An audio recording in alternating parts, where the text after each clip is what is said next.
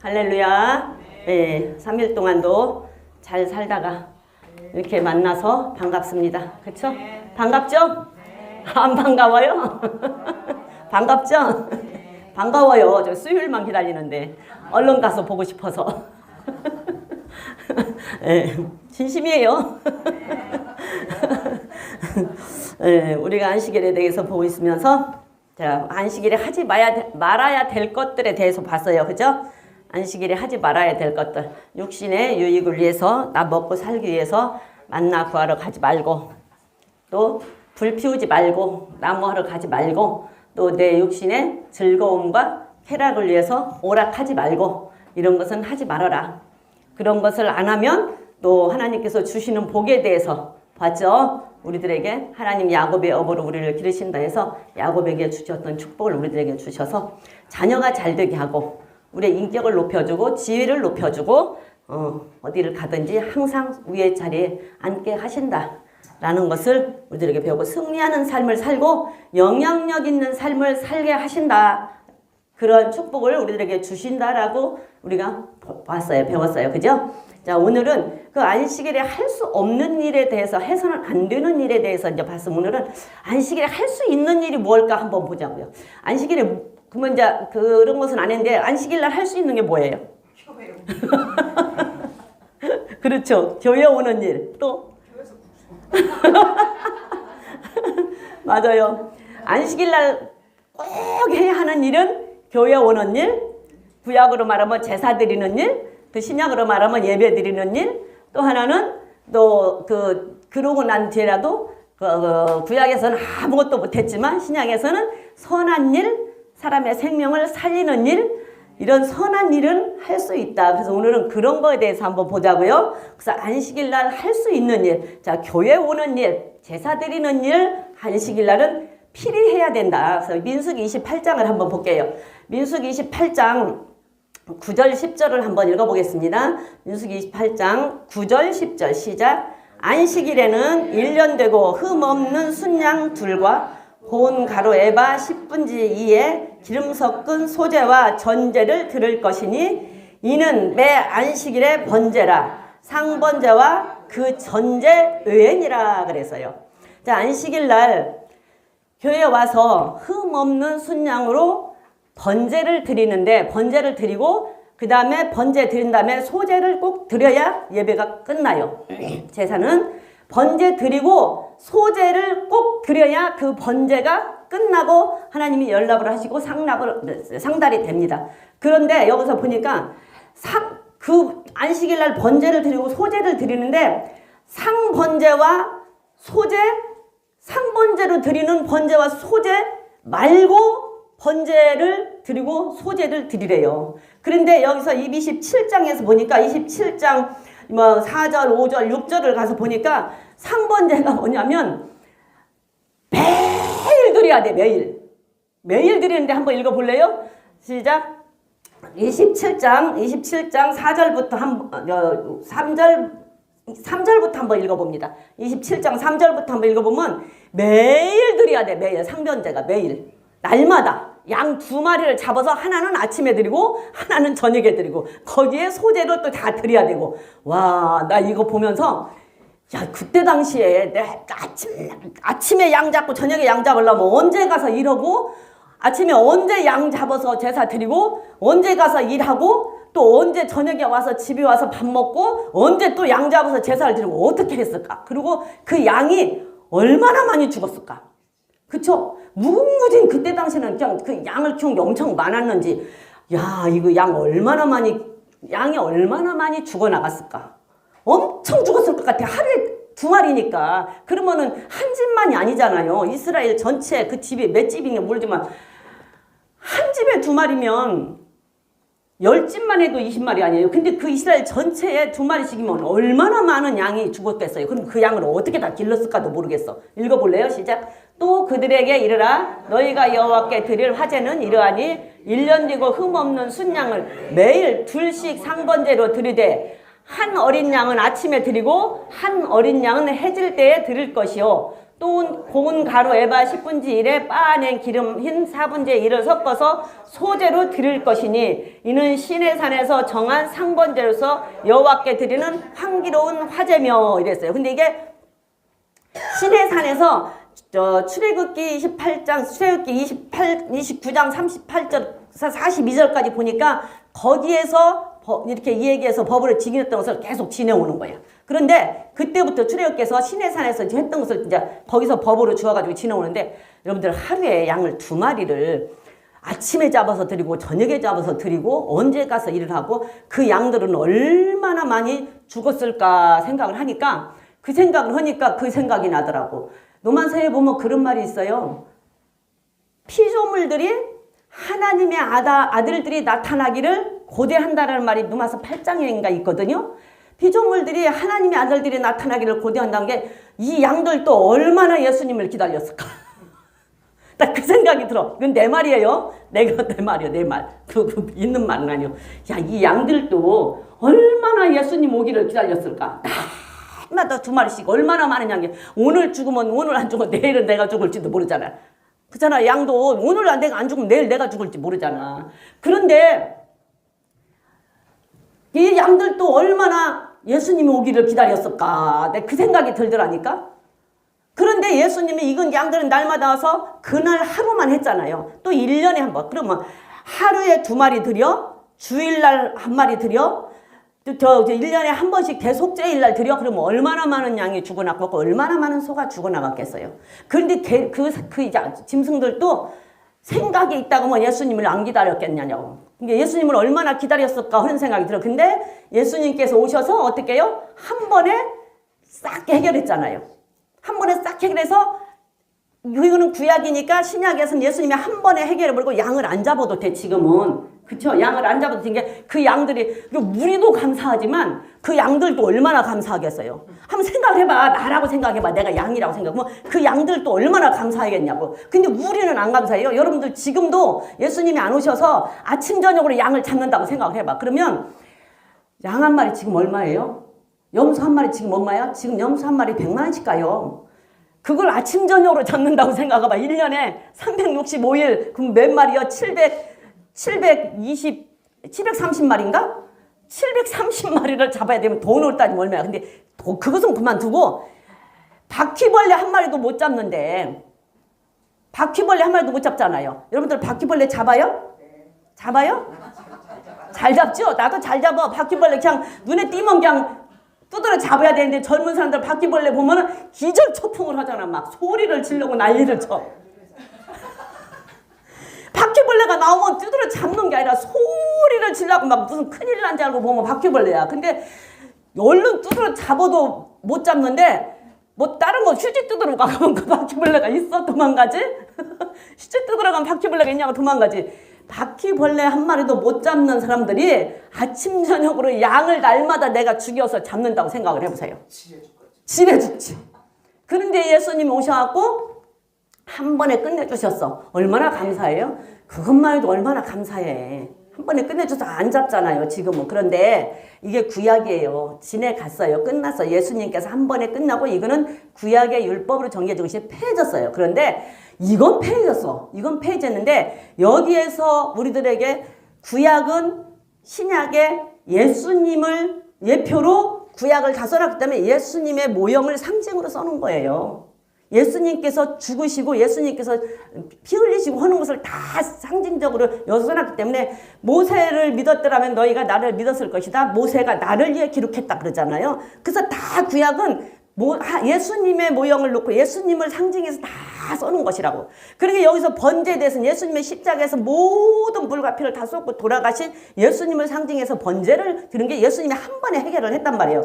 그러니까 이거는 폐해졌어도 여기에서 우리들에게 주는 교훈, 팩트는 남아있어요. 그건 우리가 지켜야 되는 거야. 그러니까 이걸 괜히 왜 기록해놨겠어. 우리에게 팩트로 주시는 것들이 있다고. 그래서 번제로 드릴 때는 번제는 어떻게 드려? 양을 잡아서 껍질을 그 가죽을 벗겨서 각을 떠서 내장을 다 내서 다 물로 씻어서 불로 태워서 드리잖아요. 그러면 뭐야? 양을 잡아서 껍질을 벗겨서, 껍질을 벗긴다라는 얘기는 우리의 외모의 모든 위선적인 것들을 다 벗기고 중심을 보신다라는 뜻이에요. 그래서 하나님은 외모를 보지 않고 중심을 보신다. 그래서 배를 갈라서 그 다 씻어내고 피, 내장을 다 온전히 하나님 앞에 다 드리잖아. 그러면 중심을 보시는 하나님 앞에 마음과 뜻과 정성과 생명을 다 드려 온전히 나를 다 드려야 되는 거예요.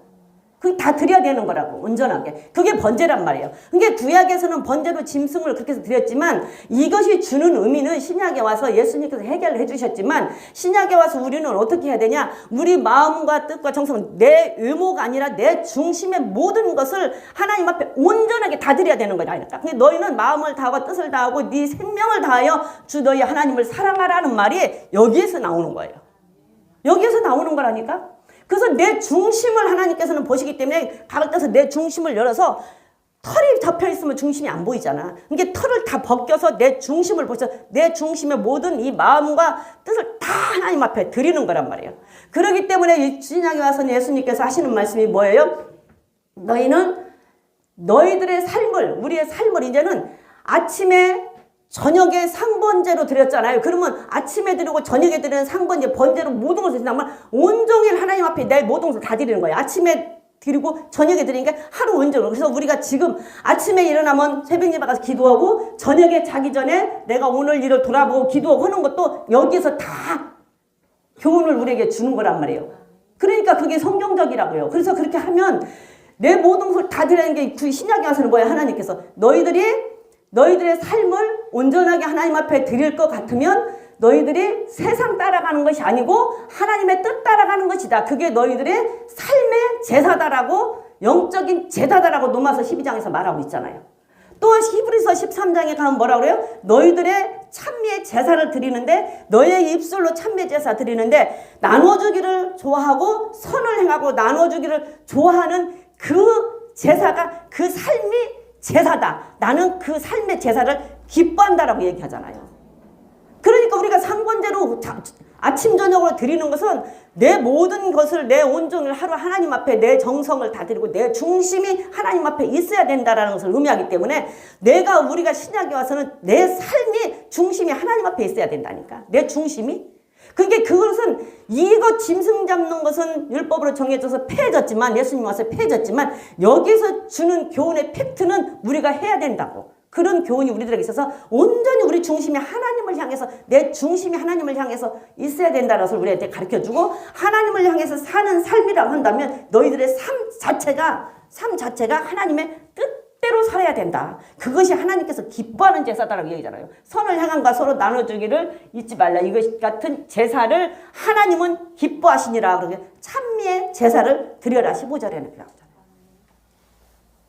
그것이 하나님의 뜻이에요. 이게 번제로서, 그게 상번제 그러는데 매일 그렇게 짐승 잡아서 드리고, 주일날은 아침에 드리고, 번제로 주일 번제 드리고, 또 저녁 상번제 또 드리고, 거기에 소제가 다 들어있고, 그러면 어떻게 하루 종일 제사 드려요, 안 드려요? 하루 종일 제사야. 하루 종일 아침에 양 잡아서 제사 드리고 소제 드리고, 그리고 이제 안식일 번제 드려야죠. 안식일 번제 드리고 그 다음에 저녁 상번제 또 드려야죠. 그러면 하루 종일이라고. 그 신약에서도 주일날은 하나님 앞에서 하나님 앞에 중심을 향해서 하나님과 하루 종일 화목해야 된다는 얘기요. 번제 드리고 화목제 드려서 주일날은 하나님과 어그러진 상태, 내가 일주일을 살면서 하나님과 어그러져 살고 있다고 한다면, 어그러진 것이 있다고 한다면 그게 죄잖아요. 하나님과 어그러졌다고 하면 그게 죄예요. 하나님의 뜻에서 벗어났다. 그러면 그걸 다시 와서 회복하기 위해서 번제 드려서 내 번제를 드리면서 모든 것을 중심을 드리고 회개하는 역사가 있어야 되고, 그리고 그 다음에 소제로 감사하고, 그리고 하나님과 화목해야 되고, 혹시 제사장과 어그러진 거 있으면 화목해야 되고, 혹시 이웃과 어그러진 거 있으면 화목해야 되고, 혹시 형제간에 어그러진 거 있으면 화목해야 되고, 그래서 모든 것을 하나님과 화목해서 회복이 되어져야 된다 그 말이에요. 그래서 주일날은 모든 것을 하나님과 화목하고 회복하고 다시 돌아가서 또다시 일주일을 살고, 삶으로 하나님 앞에 살고 또다시 돌아와서 하나님 앞에 감사하고 제사 드리고 하는 게 우리의 삶이란 말이에요. 그래서 그 팩트는 우리가 지켜야 되는 거예요. 팩트는. 그래서 우리는 정말로 세상 따라가지 말고 구별된 자로서 살아야 되는 것은 구약 시대도 마찬가지지만 신약에 와서는 그게 폐허졌다고. 그건 구약인데 지금에 와서 왜 그 얘기를 하냐. 그 속에 들어져 있는 우리에게 주는 교훈을 생각해보라 그 말이에요.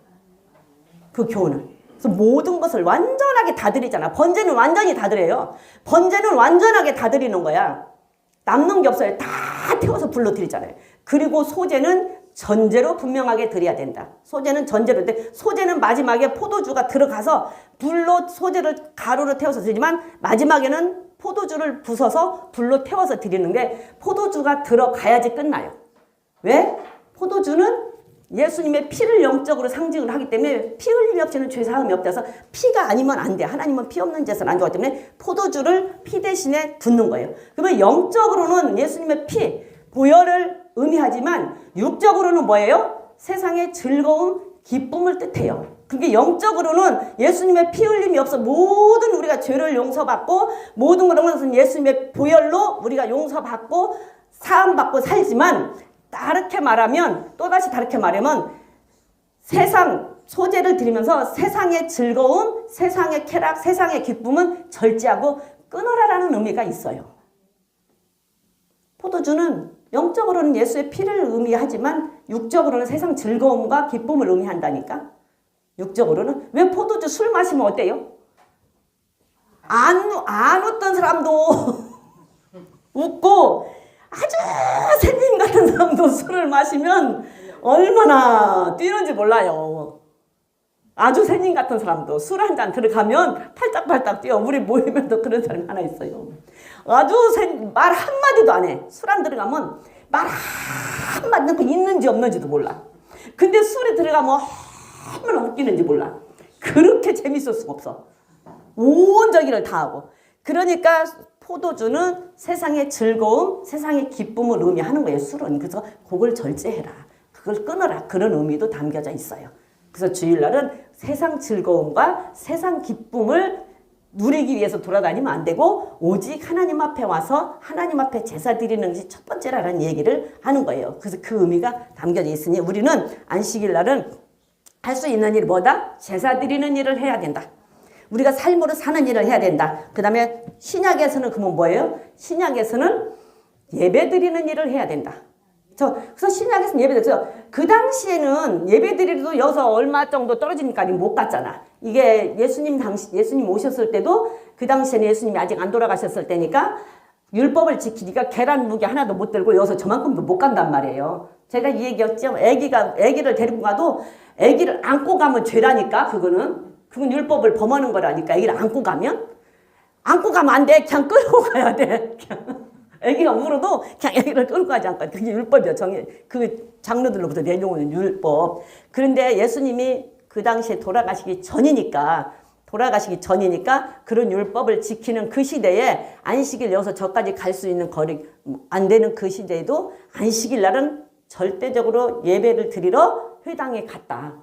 그래서 안식일 날 우리는 예배를 드리러 가는 일을 해야 된다. 사도행전 1장에서 한번 보겠습니다. 사도행전 1장 12절입니다. 사도행전 1장 12절에서 14절까지 봅니다. 시작. 제자들이 감람원이라 하는 산으로부터 예루살렘에 돌아오니 이 작은 예루살렘에서 가까워 안식일에 가기 알맞은 길이라. 들어가 저희 요한은 다락에 올라가니 베드로, 요한, 야고보, 안드레와 빌립, 도마와 바돌로메, 마테와 및 알페오의 아들 야고보, 셀로신 시몬, 야고보의 아들 유다가 다 거기 있어 여자들과 예수의 모친 마리아와 예수의 아우들로 더불어 마음을 같이하여 전혀 기도에 힘쓰니라. 그래서 안식일 날 예배드리고 기도하는 일은 필히 해야 되는 일이다. 그래서 안식일 날 예배드리러 가고 기도하러 가는 것은 죄가 아니다. 그것은 해야 된다. 그건 필히 해야 되는 거예요. 안 오면 안 돼. 안 하는 게 죄야. 안 오면 억울해진 거고요. 그래서 안식일 날 그거는 꼭 해야 된다. 그래서 우리는 예배에 성공해야 돼요. 믿는 자라고 하면 예배 성공 못하면 믿는 자가 아니야. 예배에 성공을 못하면 믿는 자가 아니고요. 예배에 성공을 해야 우리 인생의 삶도 성공할 수 있어요. 여기서 믿는 자라고 한다면 예배의 성공자가 삶의 성공자, 인생의 성공자가 된다. 믿는 자라고 한다면 안 믿는 사람은 관계가 없어요. 안 믿는 사람은 예배를 드릴 필요도 없고 무슨 예배 드리는데 안 믿는 사람 보고 예배 드려야 인생이 성공해? 그러면 미쳤다 그래. 무슨 안 믿는 예배 드린다고 인생 성공해? 예배 드리면 너 뭐 합줘? 뭐 교회 가면 밥 줘? 교회 가면 돈 줘? 교회 가서 해주는 게 뭐 있어서 뭐 예배 드리러 가서 인생을 성공을 해? 안 믿는 사람은 그렇게 말하면 미쳤다 그래. 근데 우리 믿는 자라고 한다면 예배에 성공해야 인생의 성공자가 될 수가 있고 내 삶의 성공자가 될 수가 있는 거예요. 예배를 성공 못하면 인생의 성공을 왜? 예배를 못 드리고 예배를 안 드리고 예배를 내 예배를 하나님이 연락을 안 하시면 우리는 하나님과 만날 수가 없거든. 하나님과 화목할 수가 없거든. 제사를 하나님이 연락을 해야 하나님께서 받으셔야 내 죄가 사함이 되고 감사가 되는데 내 제사를 하나님이 안 받으시면 하나님께 제사 드리는 것이 아무것도 소용없잖아요. 신약에 와서는 예배인데 예배를 하나님이 연락을 해야 우리가 하나님과 화목이 이루어지지. 우리가 예배를 연락을 하면 하나님과 화목이 이루어지질 않아요. 그래서 예배에 성공을 해야 인생의 성공자가 된다. 그래서 하나님께서는 예배하는 자를 찾는다라고 요한복음 4장에서 말하잖아요. 예배하는 자를 찾는다. 요한복음 4장 23절에는 하나님께서 예배하는 자를 신령과 진정으로 예배할 때가 오나니 하나님께서는 예배하는 자를 찾는다 그랬어요. 그러니까 많이 있어요. 근데 다 중요해요. 예수 믿는 사람이라고 한다면 다 중요해. 전도도 중요해요. 총성도 중요해. 봉사도 중요해. 모든 게 다 중요해요. 선한 일 하는 것도 중요하고 다 중요해. 안 중요한 것이 없어. 왜? 충성하면 어떻게 한다 했어요? 뭐 준다 그랬어요? 그렇죠. 충성하는 자의 생명의 면류관 준다는데 충성이 얼마나 중요하면 천국과 생명의 면류관을 준대잖아요. 그러면은 전도하면 자랑의 면류관 준다겠거든요. 전도하면 자랑의 면류관을 주는데 한 생명이 천하보다도 귀하다고 그랬어. 그래서 회개하고 들어와서 한 생명이 구원을 받으면 그 생명이 천하보다도 귀해서 하나님은 천하보다 안 바꾼다고 할 정도로 중요하단 말이에요. 그쵸? 그게 중요해. 그래서 하나님께서는 그렇게 한다고 했는데 전도도 중요하고 충성도 중요하고 기도도 중요하고 찬양도 중요해. 찬양하면 옥문도 열리잖아. 그쵸? 다 중요해. 다 중요한데 찾는다고는 안 했어. 자, 기도하는 자를 찾는다. 전도하는 자를 찾는다. 충성하는 자를 찾는다. 찬양하는 자를 찾는다고는 안 했어요. 근데 예배하는 자는 찾는다고 그랬어. 하나님이 찾으신대. 하나님께서 너희 아버지께 참으로 예배하는 자들은 신령과 진정으로 예배할 때가 오나니 곧 이때라. 아버지께서는 이렇게 자기에게 예배하는 자들을 찾으시느니라. 그래서 하나님께서는 예배하는 자를 찾는다고 그랬다니까. 그래서 예배하는 자를 찾아서 그 예배가 하나님 앞에 상달이 되고 하나님 앞에 상달이 되고 하나님이 그 예배를 받으실 때 그 자들을 하나님께서는 구원하시고 그 자들을 하나님께서는 데려가시고 그 자들에게 하나님께서는 복을 주신단 말이에요. 그래서 하나님께서는 눈을 만드신 자가 보지 않겠냐? 여러분들 일거수일투족을 다 보고 있어. 나도 마찬가지고. 보고 예배를 어떻게 드리나, 정말로 예배를 신령과 진정으로 드리나, 예배의 말씀과 성령으로 정말로 하나님 앞에 집중해서 예배를 드리나 안 드리나 보고 있다고. 근데 우리는 까딱 잘못하면 예배를 드린다고 드리면서 속을 수 있어요. 나는 예배를 드리는데 까딱 잘못하면 사단이한테 속는다니까. 속고 예배 시간에 잠깐 어문 생각할 수도 있고 어문 짓을 할 수도 있고 다른 할 수도 있어요. 그러면 그 순간에 말씀을 어떻게 해요? 뺏겨. 사단이는 말씀을 뺏어간다고 했잖아요. 왜? 구원받지 못하게. 그러니까 사단이는 그냥 예배 드리는 거 관계 안 해. 근데 그 순간에 생각 속에 다른 걸 넣어주고 다른 행동을 할 수 있게끔 넣어주면 아니 나는 다 하면서도 다 들어. 천만에 만만에 콩떡. 나를 보니까 그래. 나를 보니까. 나는 다 들어. 듣지 귀로 들려. 다른 생각하고 있고 다른 짓을 하고 핸드폰을 보고 있어도 귀로 다 들려. 들었다고 생각하는데 난중을 지려보면 무슨 말했지? 분명히 들었어. 근데 이게 다 빠져나오고 생각이 안 나.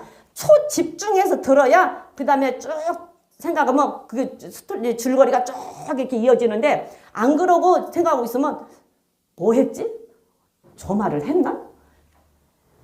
절대적으로 나를 보니 어문 생각하고 딴 생각하고 있으면 그 생각이 수많은 생각. 어떤 때는 사도신경을 했는데 중간에 오늘 왜 사도신경을 내가 했나 안 했나 이럴 때가 있다니까. 그렇게 까먹어져요. 근데 예배를 내가 드린다고 드렸는데 그게 사단이한테 속고 있을 때가 있다라는 사실이에요. 예배에는 말씀이 있어야 되고 기도가 있어야 되고, 그죠? 예배에는 말씀이 있어야 되고 기도가 있어야 되고 회개 기도가 있어야 되고 회개가 있어야 되고, 그 다음에 하나님과 아까 말한 대로 회복이 있어야 돼. 화목. 그래서 하나님과 화목, 제사장과 화목, 이웃과 화목, 형제 간의 화목. 그래서 혹시 형제 간의 이웃에게 화목하지 못한 것이 있으면 화목하고 와야 돼. 와서 예배를 드려야 그 예배가 하나님 앞에 상달이 돼. 혹시 화해할 일 있으면 그냥 하기 싫어도 화해하고 와서 예배를 드려야 상달이 된다니까. 그래서 예배는 말씀이 있어야 되고 회개 기도가 있어야 되고 그 다음에 화목이 있어야 되고 감사가 있어야 된단 말이에요. 그래서 헌금이 있어야 돼. 상번제 한번째 계속 그거 드렸잖아요. 번제 드리고 그 다음에 소제 드렸잖아. 소제는 감사제라고 했잖아요. 그래서 헌금이 있어야 되고 예배에는 그런 게 있어야 돼. 그리고 내가 말씀이 들으려면 말씀이 선포가 돼야 되니까 말씀 선포가 있어야 되고, 그 다음에 내가 회개를 하고 기도를 해야 되니까 회개를 하고 나면 어떻게 돼요? 방향이 바뀌죠. 이쪽으로 가는데 회개하고 나면 이쪽으로 돌아서잖아. 죄를 끊으니까. 내가 죄 짓는 길로 가다가 어그러진 길로 가다가 회개하고 나면 방향이 바뀐다고요. 방향이 바뀌어야 회개예요. 방향이 안 바뀌고 이렇게 계속 가면서 조금 이렇게 바뀌면 그건 회개가 아니지. 근다고 360도로 바뀌면 도로 그 자리야. 180도만 바뀌어야 돼. 180도만. 360도 바뀌면 도로 그 자리. 그 다음에 조금 100도만 바뀌어도 안 돼. 180도 완전히 바뀌어서 이리 갔으면 방향이 완전히 바뀌어져야 돼. 그래서 회개가 있어야 돼요. 그래야 예배가 있는 거예요. 그리고 화목이 있어야 되고 그래야 예배가 있는 거예요. 그래서 그게 진정으로 예배는 게 내 마음을 다해야 되고 정성을 다해야 되고 내 생명을 다해야 돼서 온전히 초집중을 해서 예배는 드려져야 돼요.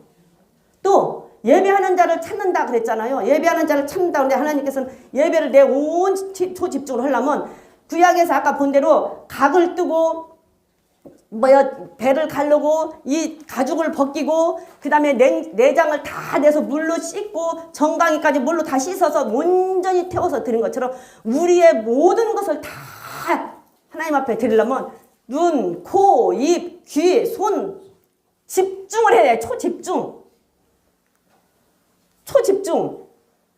근데 아까도 얘기했지만 나는 어머니도 하면서 다 들어. 아니, 들었다고 생각하는 거지. 마귀는 그걸 노리는 거야. 다른 얘기하면서 부채질하면서 뭐 하면서 들어. 마귀는 그걸 노리는 거야. 절대 두 가지 못해요. 한 가지로 집중을 해도 못하는데 한 가지로 집중을 해도 한 가지로 초집중을 해도 못하는데 두 가지로 하면서 한다고? 속고 있는 거라니까. 눈, 코, 입, 귀, 손 집중을 해야 돼. 눈은 뭐 해야 돼? 하나님 앞에 왔으니까 하나님을 바라봐야 되죠. 눈은 하나님을 바라봐야 되잖아. 그래서 하나님과 눈을 맞춰야지. 여러분들 이 얘기하면서 어머니 쳐다보면서 이 얘기하면은 기분 나쁘잖아요. 누구하고 대화를 하는데 남편하고도 대화하고 아들하고 대화하면 이렇게 같이 맞추면서 어쩌고 저러고 얘기를 해야 되는데 실컷 얘기하는데 이러고 서서 허거나 말거나 듣거나 이러고 얘기하면 나 들어 그러면서 이러고 그래 말해 다 듣고 있어 그러면 내 말 좀 들어보라고 알았어 듣는다니까. 기분 나쁘잖아. 게 눈을 맞춰야 될 거 아니야. 초점을 맞추고 얘기를 해야 되잖아요. 하나님도 마찬가지요. 온전히 하나님을 바라봐야 될 거 아니에요. 하나님을 바라보고 그 다음에 코는 저 말씀이 생명의 말씀인지 저게 사망의 말씀인지 저게 정말로 하나님의 말씀인지 냄새를 맡아야 될 거 아니에요. 죽는 말씀인지도 모르고 듣고 앉아있다가 그거 마시면 죽잖아. 그래서 온전히 집중을 해야 돼요. 그 다음에 귀는 들어야지요. 하나님의 음성을 들어야지. 하나님의 음성을 듣고 들었으면 뭐 하라고요? 들었다고 할 때는 순종까지 따라가는 게 듣는 거예요. 순종이 안 따라가면 듣는 거 아니야. 절대적으로. 그래서 들어야죠. 듣고 저 하나님의 말씀이 정말 하나님의 말씀이야. 나에게 주시는 내마야. 그러면 내가 어떻게 하죠? 순종을 해야죠. 바꿔야지. 행동으로 옮겨야죠. 그래서 순종을 해야 돼. 들어야 돼요. 그 다음에 세 번째 입. 하나님의 말씀 어떻게 돼요? 하나님 먹어야지. 입은 먹어야지. 그 하나님의 말씀, 그 말씀이 어찌 그리 단지요. 송이꿀보다 더 달다서 맛있게 먹어야 될 거 아니에요. 사람이 육신적으로도 맛있어야 건강해. 감기만 걸려도 어떻게 해요? 맛없잖아요. 그럼 어떻게? 빌빌 되잖아. 육신적으로도 맛있어야 건강하잖아요. 그래서 먹고 싶은 거 있고 맛있으면 좋은 거야. 먹고 싶은 거 있을 때 부지런히 드세요. 못 먹을 날이 올 수도 있으니까.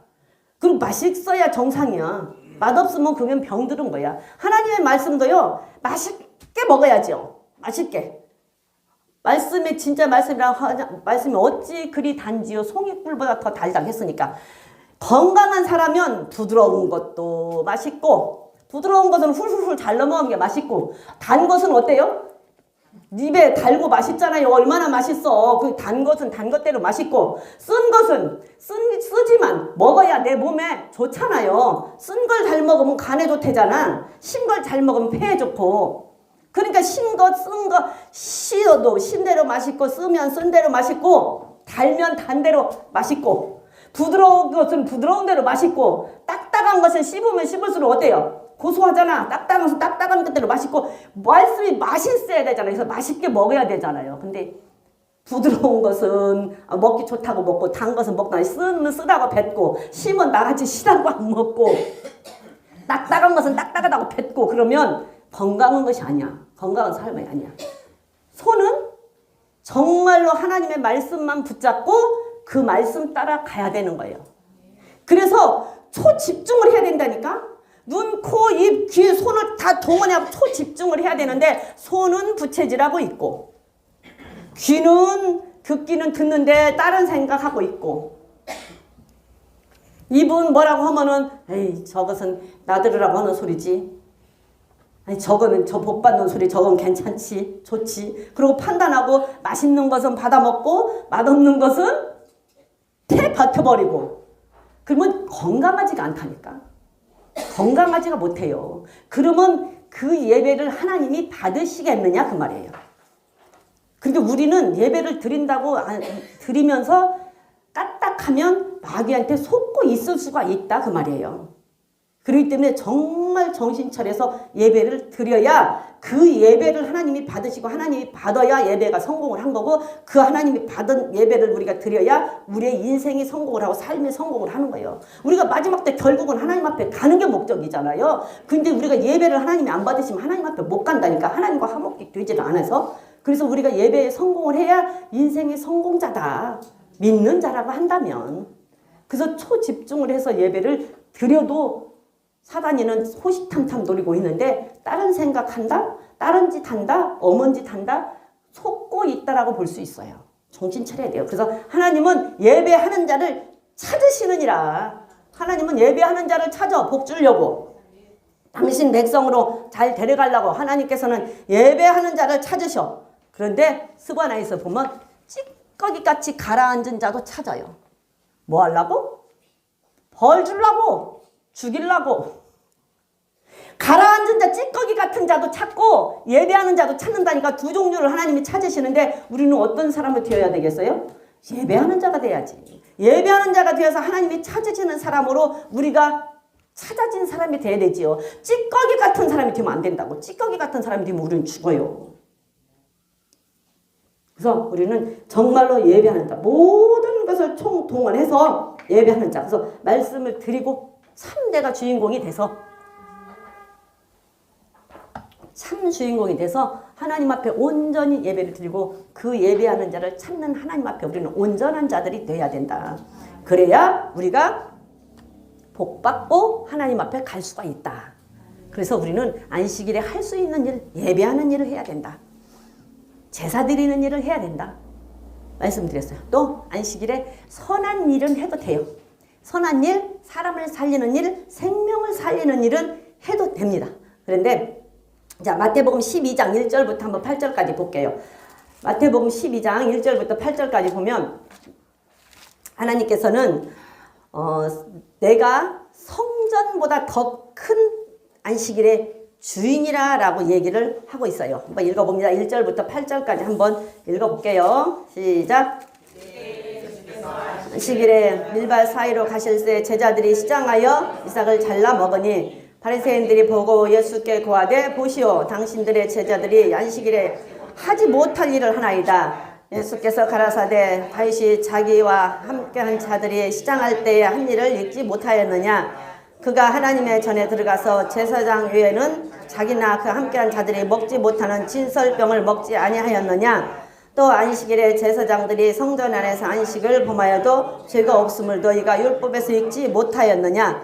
내가 너희에게 이르노니 성전보다 더 큰 이가 여기 있느니라. 나는 자비를 원하고 제사를 원치 아니하노라. 하나님의 뜻을 너희가 알았다면 무죄한 자를 죄로 정치 아니하였으리라. 인자는 안식일의 주인이라. 예수님이 안식일의 주인이세요. 성전보다 크다라는 얘기는 사람의 생명이 이 건물에게 비교하지 않는다는 얘기. 그러니까 배가 고파서 안식일 날 밀밭에서 밀을 좀 잘라서 먹이고서니 그것이 죄가 되느냐. 그러게 배고파서 죽는 것보다 낫잖아요. 그 이 성전보다 더 큰 게 사람의 생명이에요. 생명인데 그 생명이 배고파서 그 먹는 거 그건 죄가 아니다. 그러면서 지금 구약에서 성전에 들어가서 진설병을 먹었던 걸 비유로 예수님께서 말씀을 하시면서 나는 안식일의 주인이라고. 그러니까 주인이 안식일의 주인이 안식일 날 하는 일이라고 한다면 우리는 종이니까 주인 따라 하는 건데 죄가 아니죠. 주인 따라 하는 거잖아. 우리는 주인이 한 거 우리도 하면 되는 거니까. 그래서 자 8절 9절부터 다시 읽어봅니다. 시작. 거기를 떠나 저희 회당에 들어가시니 한편 손 많은 사람이 있는지라. 사람들이 예수를 송사하려 하여 물어 가르되 안식일에 병 고치는 것이 옳으니까. 예수께서 가라사대 너희 중에 어느 사람이 양 한 마리를 사람이 양보다 얼마나 귀하냐. 그러므로 안식일에 선을 행하는 것이 옳으니라. 이에 그 사람이 이르시되 손을 내밀라 하시니 저가 내밀매 다른 손과 같이 회복되어 성하더라. 바리새인들이 나가서 어떻게 하여 예수를 죽이고 의논하거늘 예수께서 아시고 거기를 떠나가시니라. 사람이 쫓는지라 예수께서 저희 병을 다 고치시니라. 안식일날 그 당시 예수님이 아직 안 돌아가셨으니까 율법 법을 어기면은 법을 어긴다는 게 예수님한테. 그러니까 너희들이 지네들 양은 분명히 구덩이에 빠졌으면 지네 재산이니까 끌어올릴 거 아니야. 또 잡아서 또 내일 또 하나님 앞에 드리기도 해야 되고. 그쵸? 양을 내일 잡아서 또 상번제로 드리기도 해야 되는데 구덩이에 빠졌으면 지금 양 한 마리가 귀한데 끌어올릴 거 아니냐 그 말이에요. 그런데 양보다 사람이 귀하지 않냐. 게 사람의 생명을 살리는 것은 선한 일이다. 그래서 나는 주인이니까 내 맘이다라는 얘기지. 근데 주인이 하는 일이라고 한다면 우리도 선한 일, 생명 살리는 일은 해도 된다라는 얘기예요. 그러면 이제 이렇게 말을 하니까 안식일 날 회당에 안 오고 주일날 교회 안 오고 그냥 사람 살리는 이게 나 그 사람 누구 도와주느라고 못 왔어. 나 누구 뭐 병원 가니라고 못 왔어. 그 사람 아파서 죽을까봐 병원. 그런 뜻이 아니라는 것은 여러분들은 우리 교인들은 수준이 있은 게 알죠? 그런 뜻이 아니에요. 그런 뜻이 아니야. 예를 들어서 이번처럼 재난 사태가 되는 경우, 그죠? 재난 사태가 되는 경우, 그런 경우는 어쩔 수가 없잖아요. 이런 재난 사태가 되는 그런 경우는 어쩔 수가 없지만 예배 드리고 병원을 가도 되는 경우, 사람을 도와주는데도 그 사람을 예배 드리고 그 사람을 데리고 병원을 가도 되는 경우, 예배 드리고 나서 해도 되는 경우, 수술도 응급으로 당장 안 오면 죽을 수밖에 없는 경우는 해야 되겠지만 그날 안 하고 내일 해도 되는 경우, 이런 경우는 아니야. 그쵸? 그런 경우는 아닌데 혹시 우리 교회는 그런 뜻이 아니라는 것은 알겠지. 그냥 누구 데리고 병원 갔다 아유 나 누구 데리고 병원 가니라고 주일날 못 왔어 이러면 안 된다는 얘기야. 그러면은 나 선한 일 했으니까 사람 살릴 일 했으니까 그건 내가 주일 지킨 거지. 그건 아니라는 얘기예요. 그 정도는 우리 교인들은 알겠지. 설명 안 해도. 그거는 아니에요. 그건 아니고, 그리고 이 당시에 안식일날 해도 된다라고 한 얘기는 안식일날 맞아 뭐 안식일 제사 드리고 나서도 아무것도 하루 종일 그날은 하면 안 되잖아. 불도 피워도 안 되고 뭐 나무를 해도 안 되고 저기 엘리베이터도 타면 안 되는 그런 시대니까, 그런 시대에 그렇게 아무것도 안 해야 되는 시대에 생명 살리는 일이라고 한다면, 하나님 앞에 예배 드리고 제사 드리고 난 다음에 생명 살리는 일이라고 한다면 해도 된다 이런 의미지. 그런 의미예요. 그런 의미지 안 하고 제사 안 지내고 생명을 살리는 일만 하기 위해서 한다. 그거는 아니라는 얘기야. 그 당시의 의미를 살펴봐야 된다는 얘기죠. 그 당시 이게 지금도 마찬가지로 그런 의미를 갖고 여러분들이 하면 돼요. 그렇지? 내가 했다라고 생각을 하면 안 된다라는 얘기야. 그 다음에 누가복음 6장을 한번 가봅니다. 누가복음 6장에도 예수님께서 나는 안식일의 주인이라고 분명하게 말씀을 하세요. 그러니까 우리는 주인이기 때문에 주인이 하는 일을 우리가 따라서 해도 돼요. 주인이 했으니까. 누가복음 6장 5절부터 11절까지 한번 읽어보겠습니다. 시작.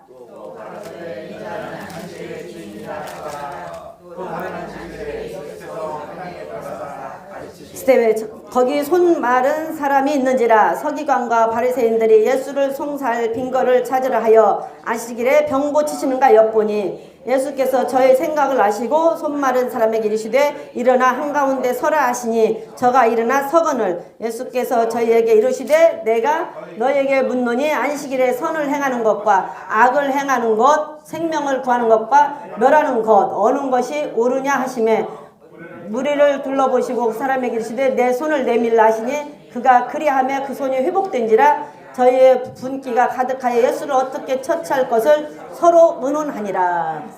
안식일에 나는 주인이라고 분명히 말을 하면서도 하는데도 어떻게든지 꼬투리를 잡고 흠을 잡으려고 예수님을 흠을 잡으려고 그럼에도 불구하고 예수님은 사람을 살리고 선을 행하는 일을 했다라는 얘기예요. 주인이기 때문에. 그럼 우리도 예수님을 따라서 내기에 어떤 좀 불이익이 있다 할지라도 선을 행하는 일과 사람을 살리고 생명을 살리는 일은 해야 된다라는 얘기예요.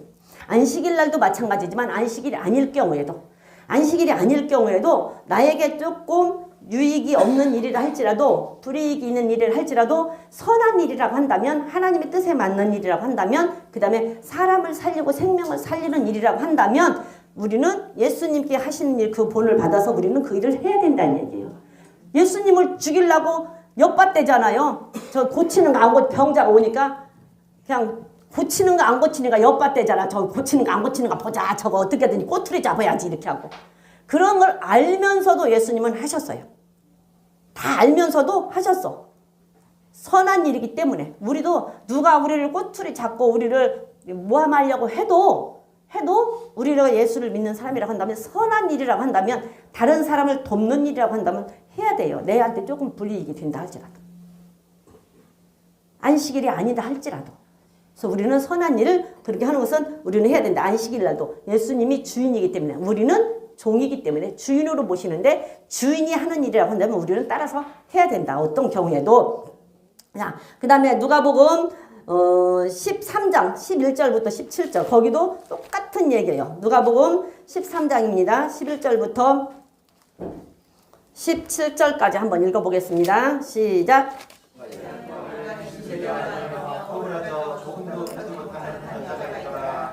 예수께서 보시고 불러 이르시되 여자여 내가 병에서 놓였다 하시고 안수하시며 저가 곧 펴고 하나님의 영광을 돌리는지라. 회당장이 예수께서 안식일에 병 고치는 것을 분내어 무리에게 이르되 일할 날이 엿새 있으니 그동안 와서 고침을 받을 것이요 안식일에는 말 것이니라 하거늘 주께서 대답하여 가라사대 외식하는 자들아 너희가 각각 안식일에 자기의 소나 낙이나 마구에서 풀어내어 이끌고 가서 물을 먹이지 아니하느냐. 그러면 18년 동안 사단에게 매임 바 된 아브라함의 딸을 안식일이 매임해서 푸는 것이 합당치 아니하냐.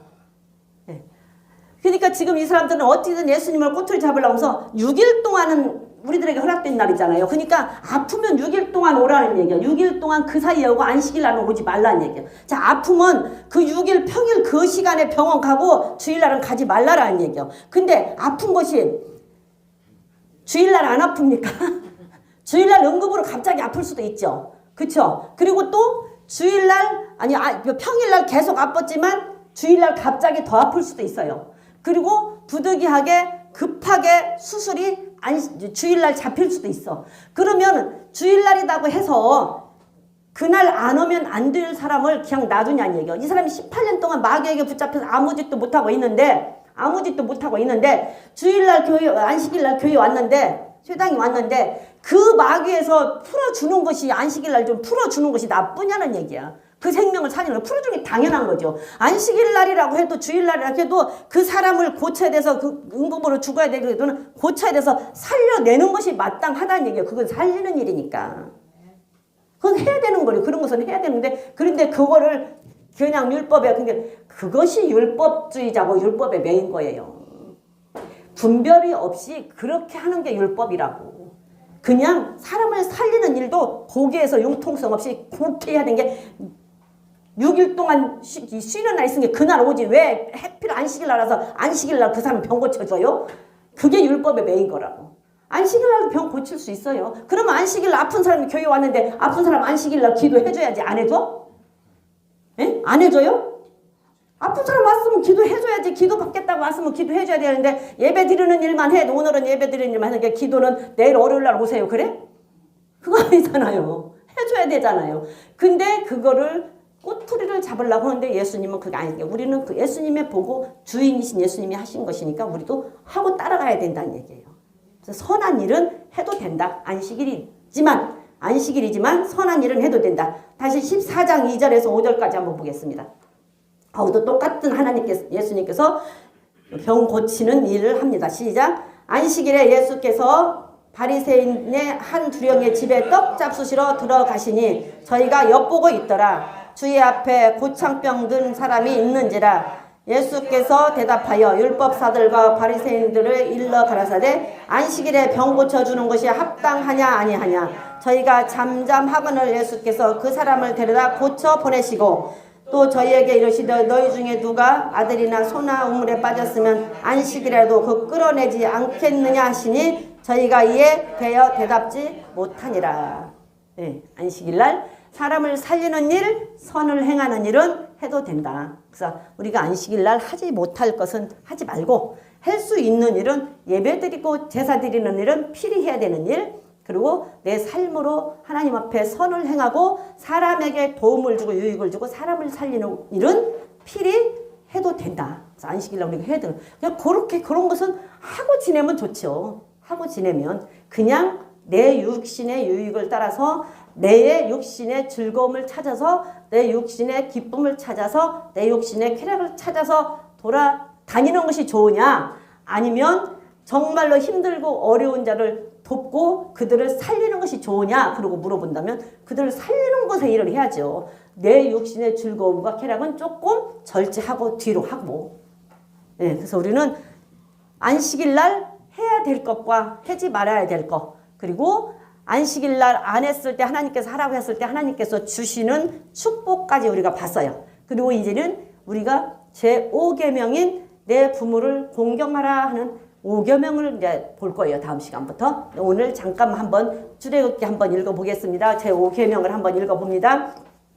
자, 5계명 출애굽기 20장 12절부터 14절까지 한번 읽어보겠습니다. 조금 시간이 남았으니까 시작. 내 부모를 공경하라. 그리하면 너희 하나님 여호와가 네가 준 땅에서 네 생명이 길리라 그랬어요.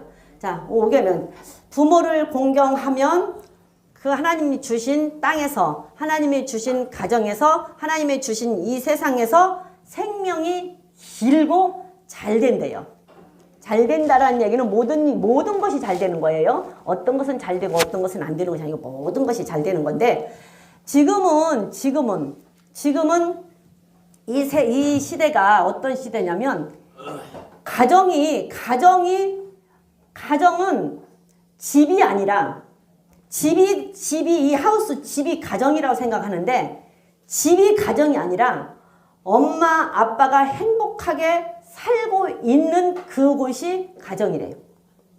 그래서 엄마 아빠가 행복하게 살고 있어야 아이들도 행복해요. 그리고 하나님께서 만드셨을 때 엄마 아빠가 행복하게 살라고 만드셨어요. 에덴 동산에서 모든 것을 창조하고 아담을 만들고 하와를 만들었어. 하나님께서 첫 번째로 만든 게 가정이에요. 그죠? 아담과 하와를 가정이야 그게. 그리고 둘이 너무 잘 살잖아요. 당신은 내 뼈 중에 뼈요 살 중에 살이요. 그래갖고 좋아서 죽고 못 살고 살잖아요. 그죠? 그렇게 살았어. 그래서 그렇게 사는데 누가 가정을 깨트려요? 하나님은 행복하게 살라고 가정을 만들어 놓으셨고 사단이는 그 가정을 깨는 게 목적이에요. 그래서 사단이가 그 가정을 깼어요. 그러니까 당신은 내 살 중에 살이요 뼈 중에 뼈요 그러고 죽고 못 살고 살다가 사단이가 와서 가정을 깨니까 저 여자가 그랬어요. 저 뱀이 그랬어요. 그래갖고 서로 전가하고 죄를 짓게 되잖아요. 그래서 가정이 깨져요. 그러면서 점차 오면서 이 가정은 지금 시대는 가정이 80~90%가 다 깨져 있대요. 가정이라고 하는 것이 집이 가정이 아니라는 얘기예요. 하나님께서 주신 목적대로 엄마 아빠가 정말 행복하게 살고 있는 그 가정이 자녀도 잘 되고 그 자녀들이 부모를 공경도 하고 하는데 부모를 공경할 수가 없는 가정이 돼버렸고 가정이 깨져서 부부가 법적으로 법을 지켜서 죄를 짓는 그런 시대가 와버렸다. 지금은 옛날에는 이혼하면 큰일 나는 줄 알았잖아요. 근데 지금은 이혼이 흉이 아니고 죄가 아니야. 그걸 법으로 아주 정해놨잖아요. 그래서 뭐 이혼해도 암시랑 않잖아요. 아무 그게 없잖아요. 그래서 하나님은 행복하라고 만들어 놓은 가정을 마귀는 행복하려고 이혼한대. 이혼하는 사람들 봐봐요. 행복하려고 이혼하지 불행하려고 이혼해요? 그렇잖아요. 그래서 마귀는 행복하려고 이혼해. 하나님은 행복하려고 같이 살으래. 근데 마귀는 행복하려고 이혼한다고. 그래서 가정을 깨트는데 합법적으로 법을 지켜서 죄를 짓게 하는 게 이혼법이라. 그게 사단이가 노리는 거예요. 사단이가 노리는. 그래서 집은 아파트는 많은데 가정이 없는 시대. 교회는 많은데 성도가 없는 시대. 목사는 많은데 목자가 없는 시대. 그런 시대가 지금 시대래요. 교회는 많은데 성도가 없어. 정말로 하나님의 말씀대로 살려고 하는 성도가 없어. 그냥 교회에 나오면 모든 것이 다 만사형통인 줄 알아. 교회만 나오면. 근데 아니에요. 예배하는 자를 찾는 데잖아요. 그 예배는 신령과 진정으로 예배하라잖아요. 구약으로 보면 모든 것을 다 하나님 앞에 드렸잖아요. 하나도 주일날 드리는 변제는 남은 게 하나도 없이 통째로 다 드렸어요. 피까지 피도 다 뿌렸죠. 태웠죠. 내장까지 다 태워서 드렸어요. 온전하게 다 드렸어요. 온전하게. 그게 성도예요. 근데 성도가 없다니까. 성도가 없어. 그냥 교회만 나오면 다 되는 거더라고. 주일날 교회 오전에만 왔다 가면 끝나는 줄 아는데 다시 보니까 어때요? 상번제 드리고 그 다음에 주일번제 드리고 오후에 또 양 잡아서 또 드리고 소제 드리고 뭐 언제 다 오고 갈 거야. 다음 주 한번 해볼까요? 양을 잡아다가 나는 양 잡는 거 봤어요 진짜. 성막을 공부하면서 옛날에 저기 곤지암에 갈보리 그 수양관에서 성막 공부하고 양 잡고 진짜 실질적으로 잡는 걸 한다 그래서 또 우리 교회에서 내가 미쳐갖고 그때는 돌아다닐 때야 그냥 어디 성경 공부만 하다 뭐 이렇게 쫓아다녔어. 근데 거기에서 신약 공부를 할 때 그 목사님이 성막을 한다는 얘기를 듣고 또 교회 우리 사모님한테 이 얘기를 해야 돼. 딴 사람한테 얘기하면 안 돼요. 사모님 거기 성막 공부한다는데 우리 거기 좀 가서 공부 좀 하면 안 돼요? 사모님 우리 그거 갑시다. 사모님 이 얘기 좀 재정에다 하세요. 그래갖고 또 사모님이 그런 거 잘해요. 그럼 사모님이 이제 재정에다 이 아이가 타고 갈 사람 몇 명 이렇게 하고 가서 3박 4일을 거기서 배웠어요. 배우고 그날중에 이제 또 언제 그 양을 잡는다고 와서 볼 사람 보라고 해서 사모님 우리 거기 그 양 잡는데 우리도 한번 가서 봅시다. 그래갖고 교회에서 또 본 것들 하나 싣고 저녁에 갔어. 저녁에 하나 싣고 가서 진짜 양 잡는 거 봤어요. 사람도 많이 왔어. 이 양은 그 진짜 그 밤에 이 칼로 목을 딱 찌르는데 아무 소리 안 해. 이 소리 한 번 해고 그냥 그대로 죽어. 양을 잡아놓고 이렇게 넣고 그냥 이렇게 여기를 찔렀는데 이 소리 한마디 하고 그냥 죽어요. 그 소리를 그걸 볼 때 얼마나 거기 있는 사람들이 안 오는 사람들이 없지. 너무 마음이 아프지. 그걸 실제로 이렇게 다 봤어요. 그게 양을 쓰고 소를 쓰고 염소를 쓰는 것은 그게 가장 그 죽을 때 사람한테 해코지를 안 한다네요. 원수는 짐승이래. 그래서 사람한테 해코지를 안 한대요. 그게 하나님께서 그걸 보시고 그걸 하나님이 제물로 받으셨대요. 말인즉슨 그래서 그 세 마리를 쓴대. 그 성경에 뭐 그렇게 온순해서 받았다 이건 안 써 있어. 근데 그 소나 양이나 염소는 온순해서 사람한테 해코지를 안 한대. 그러니까는 그 순진하게 그냥 죽으면 죽으라고 죽으면 가만히 이렇게 있고 그걸 하나님께서 보시고 내가 너희들을 제물로 받겠다. 그래서 그 제물로 받았대. 이 얘긴즉슨. 그래서 우리 그거 직접 봤거든요. 우리 교회에서도 한번 해볼까? 뭐 동물보호법에 다 걸려. 지금은 그때는 동물보호법이 없을 때요. 지금은 만약에 그랬다는 큰일 날 것이네. 그걸 못이요. 우리 목사님 그 닭도 못 잡, 바퀴벌레도 못 잡는데 무슨 양을 어떻게 잡겠어? 내가 잡을게. 바퀴벌레도 못 잡는데 우리 목사님 바퀴벌레 잡아요? 바퀴벌레 잡아? 바퀴벌레는 잡는다니. 하나는 잡아야지. 근데 뭐 목사님 닭도 못 잡는다는데 어떻게 양을 잡겠어요? 근데 그 양을 아침에 잡고 오전에 와서 잡아서 소재 드리고 점심에 우리 주일 번제 드리고 그 다음에 점심 먹고 오후에 양 잡아서 그 드리고 소재 드리고 몇 시까지 할까 한번 해볼까? 그래서 교회 그게 성도인데 성도가 없대요. 지금 그런 시대예요. 우리는 성도가 됩시다. 우리는 정말 성도가 되자고요. 예, 성도가 돼야 하나님의 나라를 갑니다. 그래서 1계명부터 4계명까지는 대신관계, 하나님과 사람과의 관계의 법이에요. 대신관계, 하나님과 사람과의 관계, 대신관계법이고 그 다음에 5계명에서 6계명, 7계명, 8계명까지는 대인관계, 사람과 사람 사이의 법이에요. 그리고 그 다음에 8, 90 그 밑에 계명은 대물질 관계. 그래서 하나님과의 관계, 세상에서 사람과의 관계, 그래서 십자가에서 하나님을 사랑하고 이웃을 사랑하고서 하나님과 화목해야 되고 그 다음에 여기서 제사장과도 화목하지만 이웃과 이웃도 화목해서 사랑을 나눠야 되고 그래야 이 십자가를 이루는 거예요. 그래야. 그렇기 때문에 우리는 정말 하나님 1계명 대신 관계를 분명하게 지키는 자가 1계명에서 4계명까지 대신 관계의 법을 분명하게 잘 지키는 자가 나머지 대인 관계의 법을 지킬 수가 있어요. 대인 관계의 법을 대신 관계의 법을 지키지 못하는 자가 대인 관계의 법을 지킬 수가 없어요. 그래서 다음 시간에는 네 부모를 공경하라. 그래서 부모를 공경은 땅에서의 첫 계명, 대인 관계의 첫 계명인 그 부모를 공경하는 것에 대해서 다음 시간부터는 볼 거예요. 땅의 계명을 볼 거예요. 다음 시간부터는. 지금까지는 하늘의 계명, 하나님과 사람과의 대신 관계의 계명을 봤어요. 근데 이제 다음에는 땅에서 사람과 사람 사이에, 사람과 물질 사이에 그 계명을 볼 겁니다. 그래서 하나님과 사람 사이의 계명을 잘 지켜야 우리는 성공할 수가 있습니다. 우리 성공자가 됩시다. 우리는 다 성공자가 됩시다. 하나님께서 찾으시는 예배자가 됩시다.